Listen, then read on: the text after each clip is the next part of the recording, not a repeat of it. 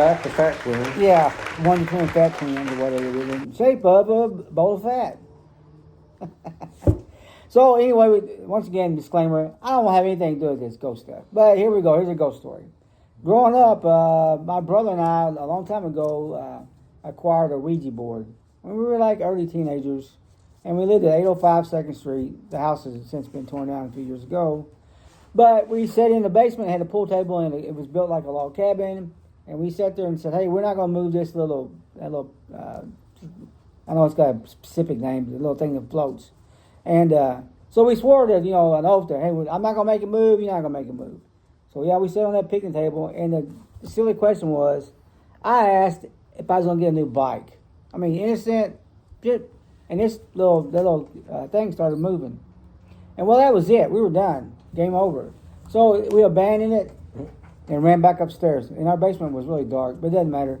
But when that happened, and I realized I think the Ouija boards are made by Parker Brothers. It's supposed to be just a stupid game, but we started having all kinds of experiences there, and we lived there like exactly a year, and we had to move. But I lived with my grandparents, and we would see it like in the front living room there was a reclining chair, and my grandmother saw this, and my brother saw this, and I slept on the couch because it seemed like all the main activity was in my room upstairs.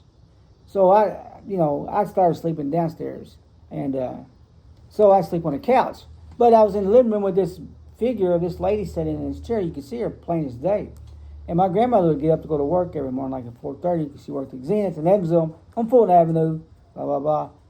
Just work for some information. And she liked to eat burger claws from the donut shop there.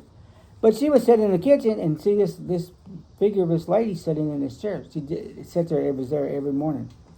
So, but my grandpa didn't buy any of that. We talked to him about it. He didn't believe nothing.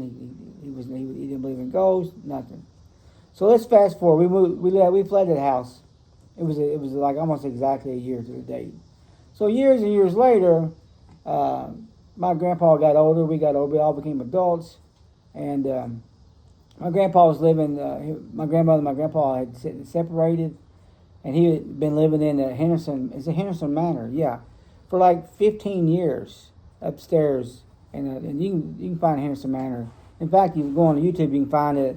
A Real Henderson Haunting is the name of that video I made. But my grandpa, he lived there for like 15 years, and I acquired a house, and I always said, hey, Pops, you want to move in? It won't cost you nothing. You don't have to go up two flights of steps to get to your apartment. And he never would do that, no matter what. Every time the house came available, he said no. Then one time he called me, and he said, I got to move. And I said, why? He said, because they're watching me. I can see them. And I said, who is this? And he said, come over here. So I go over to his apartment, and he goes into the bedroom, and he said at night when I go to bed, they're standing at the foot of my bed. And I said, who's that? He said, these people.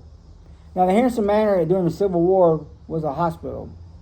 And supposedly there's still bloodstained window panes, not on the window panes, but the sashes of people that was injured and were looking out the window and stuff.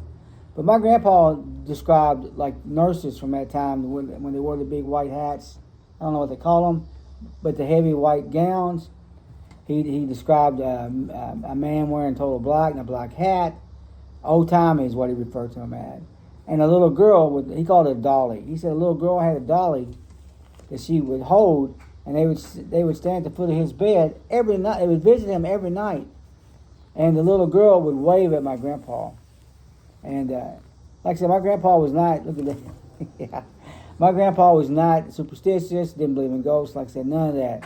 But this episode terrified him. It wasn't one time. My grandpa was in his right mind till 3 days before he passed away.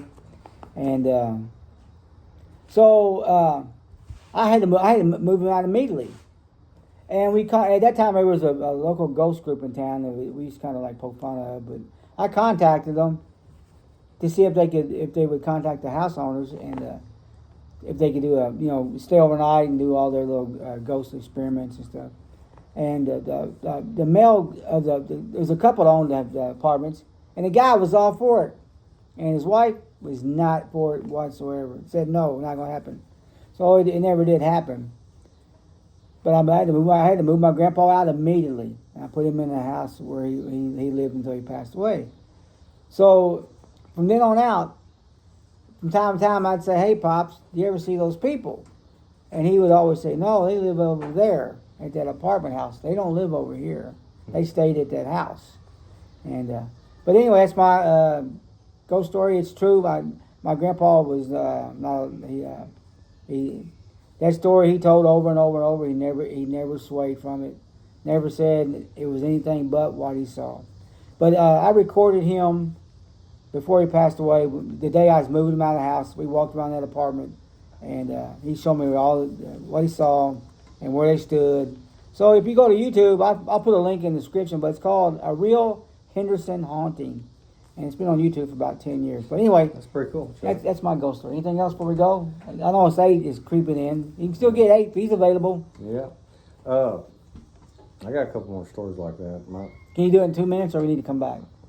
We can come back. We'll be back.